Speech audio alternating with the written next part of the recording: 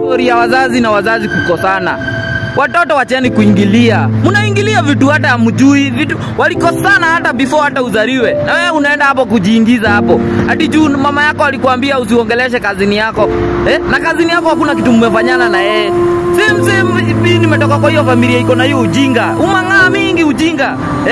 Sijui wanakuambia sijui akina kazini yako ni wachawi, sijui usiwaongeleshe. Nyinyi familia yangu mnajijua. Wenye mnakuwa na hiyo ujinga, mnafaa iishe.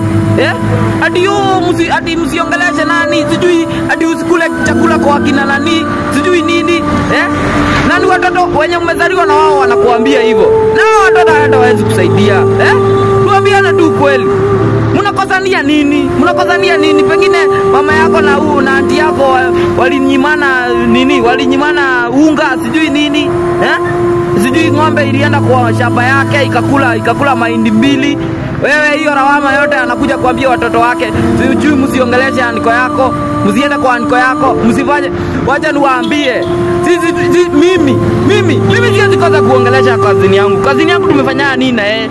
Kazini yangu tumefanyana nini na yeye? Hadi nikosa kuongelesha kazini yangu. Tunasomea shule moja na yeye, tunacheza na yeye.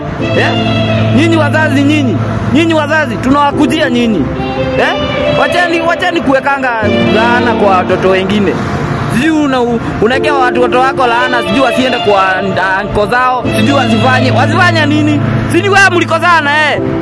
Unatuingiza kwa mashida zenu kwa nini? Wewe sasa hii tunaambiana ukweli. Ukitaka upelekea